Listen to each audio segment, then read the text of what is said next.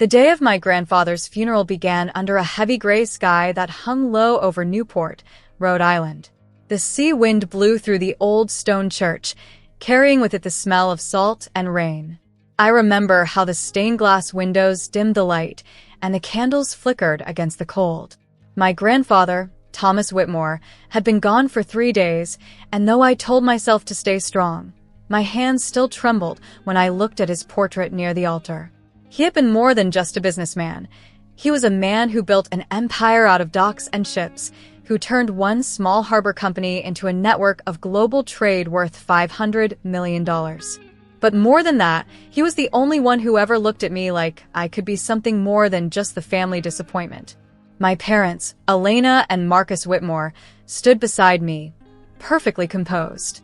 They wore grief like jewelry, expensive, polished, and public. My brother, Bobby, spoke with the guests in that self-assured tone of his, shaking hands like he was already the new head of the family. I didn't belong to their world of quiet ambition and polite greed. For them, loss was just a word you used before dividing what was left. For me, it was personal. When the ceremony ended, the crowd drifted toward the reception room in the back of the church. I stayed by the coffin for a while, tracing the edge of the polished wood with my fingers. I remembered the way grandfather used to take me out to the shipyards when I was little, how he'd lift me up so I could see over the railing and say, "Look out there, Kathy. That's where the world begins." He taught me about tides and trade routes, about how work builds wealth, but character keeps it. I swallowed the ache in my throat and whispered, "Goodbye, Grandpa," before walking out to face the others. We gathered later that afternoon at his mansion on Bellevue Avenue, the grand Whitmore estate that looked like it had been pulled straight out of an old European painting, tall stone walls, marble columns, and chandeliers that glowed like frozen fire. It was the house everyone expected would pass to my parents. They had lived their entire lives waiting for this moment. I just wanted to remember the man who had taught me to love the sound of the sea. The lawyer, Ruth Carter, arrived precisely at 4. She was a thin, sharp woman with steel-gray hair and a voice that could slice through silk. "Let's begin," she said, opening a leather folder as we sat around the long mahogany table in the study. My parents leaned forward. Bobby grinned. I sat quietly at the end, fingers intertwined, watching. Ruth began reading. It was a long list of properties, cars, shares, and accounts. My mother received the Miami superyacht, my father inherited the New York apartments and the company's headquarters, and Bobby got the mansion itself. Their smiles grew with every word, their laughter soft but smug. When Ruth finally closed one section of the file, I waited, thinking perhaps mine would be next. But instead, she paused, took a smaller envelope from her briefcase, and looked directly at me. "This," she said, "is for Miss Kathy Whitmore." I reached for it, uncertain.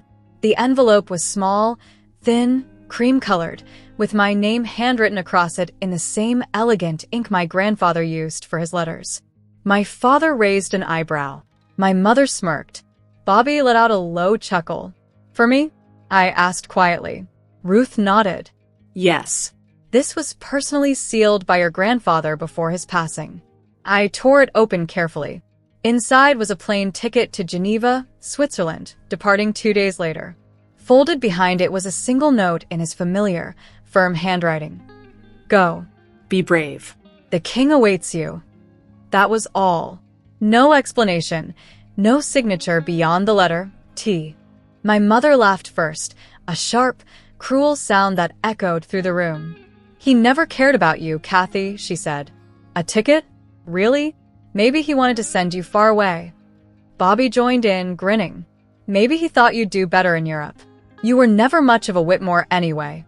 I held the note tighter in my hand, feeling the paper crumple slightly under my thumb. "You're wrong," I said, though my voice shook. "He wouldn't do this without a reason." My father sighed, leaning back in his chair. "Kathy, your grandfather was eccentric. Maybe it's some sentimental trip. Don't overthink it." But I couldn't let it go. My grandfather had always been deliberate, precise. He once said that every gift carries a message, and every message hides a lesson. If he wanted me to go to Geneva, it wasn't for sentiment. It was a test, or a door he wanted me to open. That night, I sat by the window in the small attic room I had chosen instead of the luxurious guest suite downstairs. From there, I could see the ocean beyond the cliffs. The moonlight shimmered on the waves like silver threads. I read his note over and over until the words seemed to whisper in the dark. "The king awaits you." Who was the king? What kind of person did he want me to meet? I opened my laptop and looked at the ticket details. The seat was first class, and the hotel reservation attached was at Hotel d'Angleterre, one of Geneva's most exclusive. It must have cost thousands. My grandfather had planned this carefully. I realized that even in death, he was guiding me somewhere, maybe towards something greater than I could see. The next morning, my parents pretended nothing had happened. Bobby bragged about hiring decorators for the mansion, my mother spoke about yacht parties, and my father called lawyers to discuss control of the company. I felt invisible, but I preferred it that way. I packed a small suitcase quietly, just a few dresses, my passport, and the letter. I didn't tell anyone I was leaving. If they laughed again, I wasn't sure I'd have the courage to go. At the airport, as I stood in line to board the flight, I caught my reflection in the glass. I looked both terrified and alive. Maybe for the first time in years, I was doing something for myself. When the boarding call came, I took a deep breath and stepped forward. I could almost hear my grandfather's voice. "Go, Kathy. The world begins where your fear ends." As the plane lifted off the runway, the lights of America stretched below me, tiny golden sparks fading into darkness. I pressed my forehead against the window and whispered, "I'm going, Grandpa. I'm listening." Somewhere across the Atlantic, Europe waited, and with it, the truth behind an envelope that had changed everything. I didn't know what awaited me in Geneva, but I knew this. Whatever it was, it would no longer be just a story. It would become mine. The plane descended through a sky so pale it looked almost silver, the soft morning light reflecting off Lake Geneva like scattered glass. I pressed my forehead to the window and exhaled slowly. I had barely slept during the flight. Every time I closed my eyes, I saw my grandfather's handwriting. Those 4 words that had changed everything. "The king awaits you." The airport in Geneva, Europe, was clean, quiet, and efficient, a place that seemed to hum with its own quiet rhythm. As I moved through customs, my heart thudded in my chest. What was I even doing here? My parents' laughter still echoed in my mind, sharp as a blade. "He never cared about you." I wanted to prove them wrong, not to them, but to myself. When I reached the arrivals hall, I scanned the waiting crowd, unsure what to expect. Then I saw it, a tall man in a black suit, holding a white placard with the words, "Miss Kathy Whitmore, the king awaits you." For a second, I just stood there, staring. My pulse skipped. The words looked almost theatrical. "The king?" I asked when I reached him, my voice half a whisper. The driver smiled politely. "Yes, miss. Mr. Elliot King. He's been expecting you." He spoke with a crisp British accent, and when he took my luggage, he did so with quiet precision. I followed him out to a sleek black Bentley waiting at the curb. As we drove through the city, I tried to piece together what little I knew. My grandfather had often traveled to Europe in his later years, Geneva, London, occasionally Paris, but he had never mentioned anyone named King.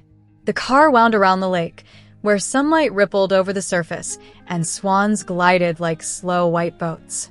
Modern glass towers stood beside old stone villas, and the streets smelled faintly of roasted coffee and rain. The driver finally turned into a private lane lined with chestnut trees, stopping before a discreet building of pale gray stone. "This is King Holdings, miss," he said, opening my door. "Mr. King will see you now." Inside, the lobby was minimalist, polished marble floors, soft golden light, and a reception desk with a single orchid on it. The air smelled faintly of cedarwood. The receptionist greeted me by name and led me to a private elevator. My stomach tightened as we rose. When the doors opened, I found myself in a spacious office with floor-to-ceiling windows overlooking the lake. A man stood at the far end, turning from the glass as I entered. He was tall, elegant, his silver hair neatly combed back, his suit tailored with effortless precision. "Kathy Whitmore," he said warmly, stepping forward with a smile that was both kind and knowing. "You look just like your grandfather when he first came to me. I'm Elliot King." His handshake was firm but gentle. I tried to find my voice. "You knew my grandfather?" "Better than most," he said. "We built half of the Atlantic trade network together. He trusted me with things he told no one else." He gestured for me to sit. The room around us was a blend of art and business, oil paintings of harbors, models of cargo ships, and walls lined with books and ledgers. On one side hung a portrait of my grandfather, painted in the last years of his life. The sight of it made my throat tighten. Elliot poured tea into delicate porcelain cups. "Your grandfather was a visionary," he said. "He always thought in centuries, not years. What your family inherited, the house, the yacht, the cars, those were merely the surface. They were the public legacy. But the real work, the foundation of his fortune, was something else entirely." I leaned forward, my pulse quickening. "What do you mean?" He opened a drawer and laid a thick leather folder on the desk. "I mean that 90% of what he built was hidden in plain sight. Shell companies, holding trusts, and partnerships, all designed to protect the real empire. Ports, shipping lines, fuel terminals, energy grids, and credit services stretching across both America and Europe. We managed it together for 30 years. I stared at him, trying to process it. "And who owns it now?" He smiled faintly, his blue eyes calm. "That's why you're here, Kathy. Your grandfather left me as the temporary steward. But in his final instructions, he was very clear. When Kathy arrives, give her the truth, not the toys." I blinked. "The truth, not the toys?" "He believed you were the only one who cared about what the work meant, not just what it was worth," Elliot said. "He saw that spark in you, the same hunger he once had." He turned the folder toward me. My eyes skimmed the pages, documents stamped with seals, lists of subsidiaries, and accounts in cities I'd only read about. Zurich, New York, London, Houston, Savannah, Rotterdam. Each page carried numbers so large they felt unreal. At the bottom, I saw the total, $12,034 million. $12 billion, I whispered, barely breathing. Elliot nodded slowly. "Every cent of it now belongs to you." I sat frozen, the words hanging in the air between us. I tried to speak, but couldn't. My grandfather, the man who'd left me nothing but a plane ticket, had actually left me everything. Elliot poured me more tea. "He wanted you to earn understanding before you inherited power. That's why he sent you to me. The others," he hesitated, choosing his words. "They got what they thought they wanted. But you, Kathy, you got what he truly built." Tears welled in my eyes before I could stop them. "He believed in me?" "Completely," Elliot said. "He said you were the only one who listened." For a long moment, I couldn't speak. The window reflected our figures, the calm mentor and the stunned air, against the blue shimmer of the lake. I remembered my parents' laughter, my brother's arrogance, and my own silent promise on the plane. "I'll prove I deserve his trust." Elliot pushed the folder gently toward me. "Sign these transfer documents. The rest is logistics. I'll remain as your advisor until you decide otherwise. But make no mistake, this empire is now yours." My hands trembled as I picked up the pen. I thought of my grandfather's note again. "Go. Be brave." The ink flowed smoothly as I wrote my name, letter by letter, sealing my fate. When I finished, Elliot reached across the desk and closed the folder. "Welcome to your inheritance, Miss Whitmore," he said softly. "You are now one of the wealthiest women in America." I let out a shaky laugh.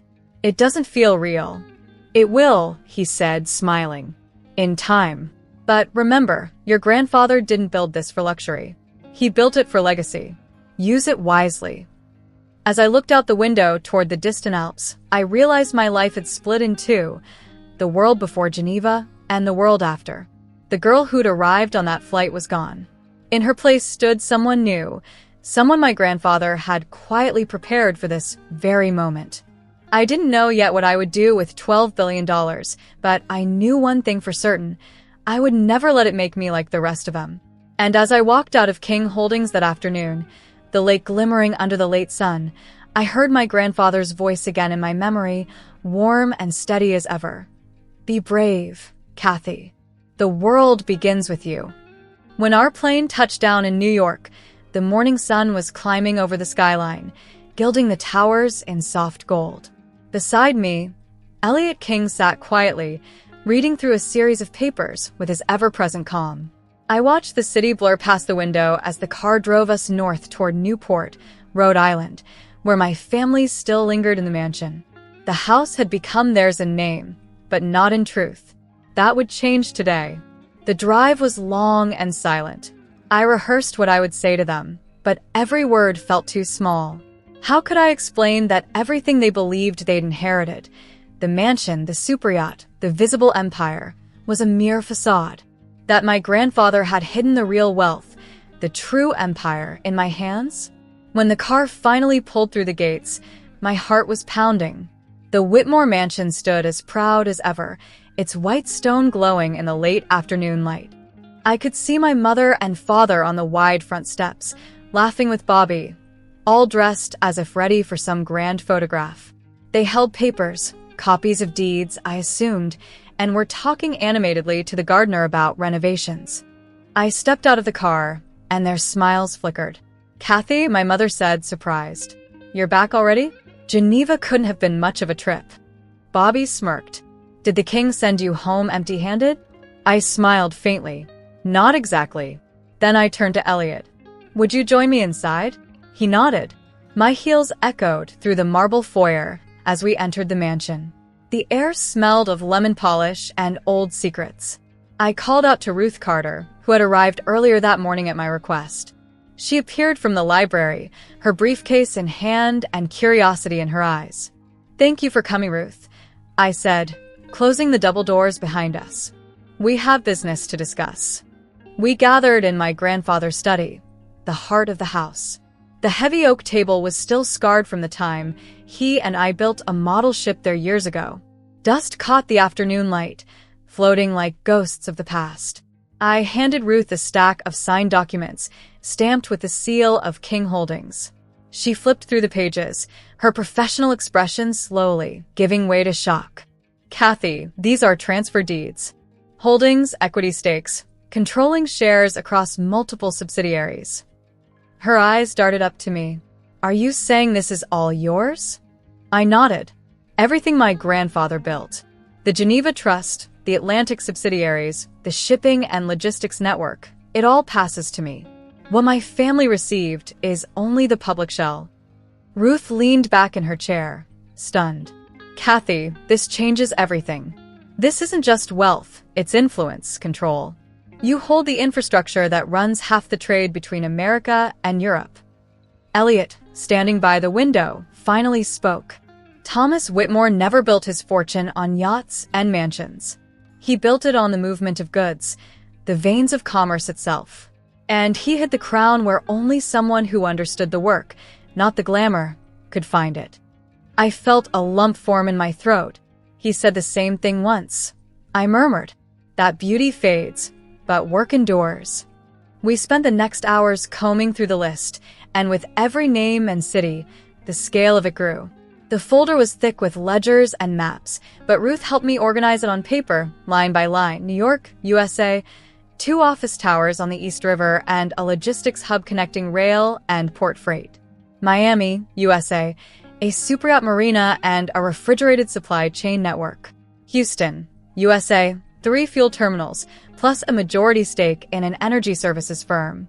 Savannah, USA, 6 cranes under Whitmore Port Systems and a government contract for cargo management.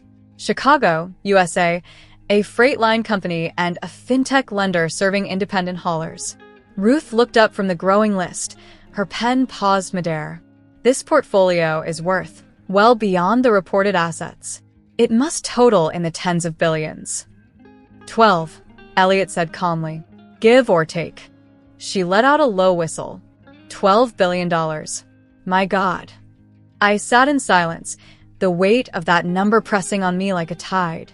I thought of my parents outside, posing in front of the fountain, believing themselves the heirs of an empire. They had inherited glass. I held the steel beneath it. Elliot closed the folder and met my gaze. "Your grandfather hid the crown inside the work," he said quietly. "He hoped you would love the work more than the shine." The words landed deep. I thought back to the summer days he had taken me to the shipyards, the smell of tar and salt in the air, the way he explained the importance of paying the dockhands before anyone else. "They're the ones who keep you afloat, Kathy," he told me once, handing me a payroll sheet. "Never forget who built your wealth for you." That evening, after Ruth left and Elliot retired to his guest room, I wandered through the mansion alone. I wanted to see it again through different eyes. Not as the grand inheritance I'd once envied, but as a relic of a man who'd already given me something far greater. The house was quiet. I passed portraits of my ancestors staring down with cold, painted eyes, and for the first time, they no longer frightened me. I walked into my grandfather's study again and sat behind his desk. It still smelled faintly of cedar and old whiskey. I opened every drawer, searching for something, perhaps a note, a sign that he'd known I would find my way back here. In the bottom drawer, taped underneath the wood, I found its small, folded piece of paper, yellowed with age. My hands trembled as I pulled it free. In his unmistakable handwriting, it read, "Build things that last. Pay people on time. Never brag." I laughed softly through tears. That was him, direct, grounded, humble. He had left me $12 billion, yet reminded me to keep my feet on the ground. I pressed the note to my chest and whispered, "I won't forget, Grandpa." Later, I went upstairs, not to the grand master suite my mother had claimed, but to the small attic room where I had stayed as a girl. The walls were still covered in faded floral wallpaper, and the old window stuck slightly when I opened it. The sea wind drifted in, carrying the scent of salt and pine. The moonlight spilled across the floorboards, painting silver lines where I once played with my wooden ships. I sat on the narrow bed, the leather folder beside me, and felt the weight of the keys in my pocket, the keys to ports, towers, and companies that stretched across continents. It should have felt heavy, terrifying even, but instead I felt calm. This was what my grandfather had seen in me, the ability to carry it without letting it crush me. For the first time in days, I smiled. The house below creaked in the wind, but I knew now that it wasn't truly theirs anymore. It was a shell, an echo of a legacy that had already passed into my hands. The real house wasn't built of stone or marble, it was built of work, of ships and people and purpose. And as the sea murmured outside my window, I finally drifted to sleep, no longer the forgotten granddaughter, but the rightful heir to everything my grandfather had built. Morning came sharp and bright, cutting through the gray Atlantic mist that hung over Newport. I had barely slept. The seagulls cried somewhere beyond the cliffs, and the first golden light slid across the marble floors of my grandfather's study. I sat at his desk, the same place where he had once planned entire shipping routes, his maps still folded neatly in the drawers. The documents from Geneva lay before me. The trust papers, the transfer deeds, and the proof that everything, every ship, port, and dollar was now mine. The peace didn't last long. The doors burst open with the familiar sound of my mother's heels. "We heard," she cried. "Is it true, Kathy?" Behind her came my father, his face red with disbelief, and Bobby, who looked both furious and afraid. I rose from the chair slowly. "Yes," I said evenly. "It's true. Grandfather left me the real business. The rest, the house, the yacht, the cars, those were just decorations. What I have now is the empire." My father took a step forward, voice trembling between anger and persuasion. "Then you'll need help running it. You're young, Kathy. We can manage the company for you, handle the executives, the finances." "No," I interrupted, my tone quiet but final. "You won't." He blinked. "What do you mean, no?" "You never asked what the workers needed," I said. "You only asked what the yacht cost. And you," I turned to my brother, "you spoke of this house like it was a trophy, not a home. Grandfather didn't build his legacy so we could pose for pictures in the ballroom." Bobby's jaw tightened. "You think you can do better?" I don't think, I said softly. I know. Their voices rose. Accusations, excuses, pleas. But I felt nothing now except a calm, cold certainty. The fortune doesn't need another Whitmore party, I said. It needs purpose. I'm going to start with the people who kept it alive. The crews, the dock workers, the truck drivers, the office clerks who kept the ports running while we celebrated in here. My mother folded her arms. You sound just like him, she spat. Always chasing work instead of comfort. That's the greatest compliment you've ever given me, I said quietly. Elliot King entered the room then, his silver hair shining in the morning light. He looked at each of them in turn before speaking. Kathy has made her decision, he said, his voice steady and final. And I stand with her. My father's face hardened, but he said nothing. My mother whispered something to Bobby, who turned on his heel and stormed out. Their footsteps faded down the marble hallway. When the door finally closed behind them, the silence felt heavier than the shouting. I turned to the window and looked out at the sea. The waves rolled against the cliffs, calm but powerful. I breathed in deeply, letting the salt air steady me. I'll call Ruth Carter, I said after a moment. We'll set up meetings in New York and Houston this week.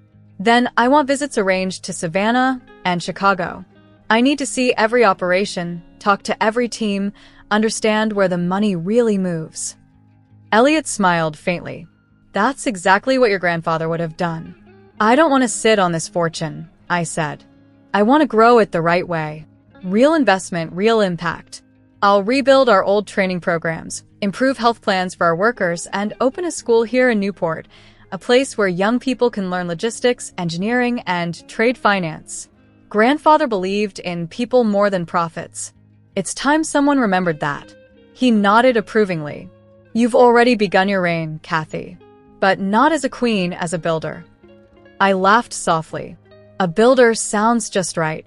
When Elliot left to make the first calls, I walked outside alone. The wind carried the cry of gulls and the steady crash of waves below.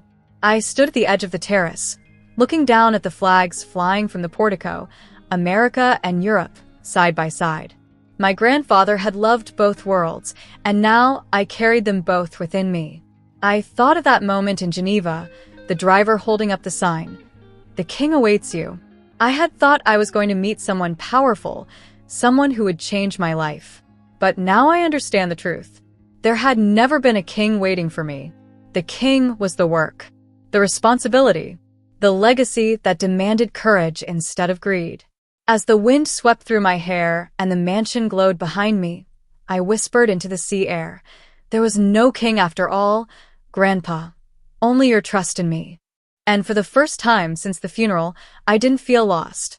I felt ready. There was no crown, no throne, just the world, wide and waiting. There was no king. There was a job. There was a promise, and there was me.